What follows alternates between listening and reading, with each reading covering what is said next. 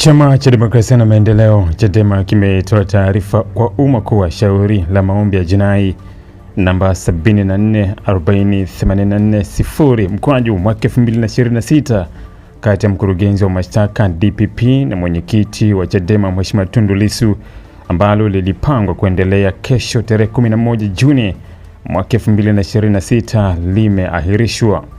Kwa mujibu wa taarifa ya Mahakama ya Rufani ya Tanzania, shauri hilo sasa limepangwa kwa ajili ya judgments, rulings and orders siku ya Jumatatu tarehe 6 Julai 2026 saa 3 asubuhi. Ili kuwa mwanafamilia bora wa Global TV, usisahau kusubscribe, like, kushare na kucomment. Baada ya kusubscribe, bonyeza alama ya kengele ili kupata taarifa kwa kila video inayopanda Global TV Online.